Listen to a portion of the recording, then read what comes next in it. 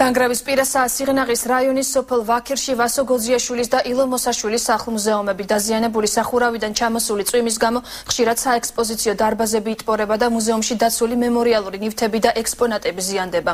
სიღნაღის გამგეობაში ამბობენ, რომ პრობლემა მათთვის ცნობილია და სარეაბილიტაციო სამუშაოები 2013 წლის ბიუჯეტში უკვე გაითვალისწინეს.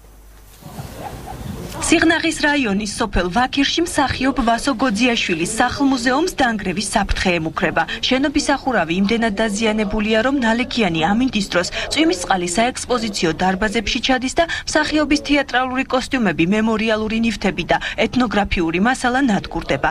შენობაში არ არსებობს ექსპონატებისათვის აუცილებელი თბო რეჟიმი.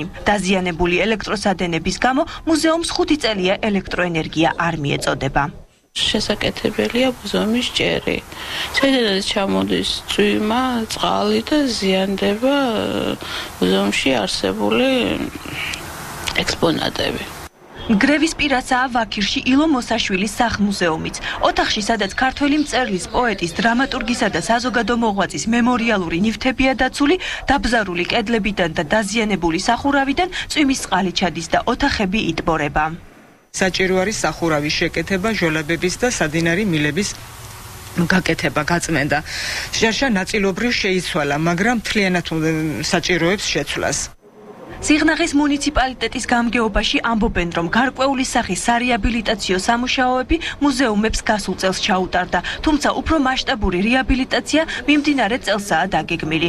ადგილობრივი ხელისუფლების მტკიცებით, რეაბილიტაციისათვის საჭირო თანხები სარეზერვო ფონდიდან გამოიყოფა და სამუშაოები გაზაფხულზე დაიწყება. არის სარეზერვო თანხები, საიდანაც მოხდება მსგავსი პრობლემებისთვის თანხების გადამესამართება.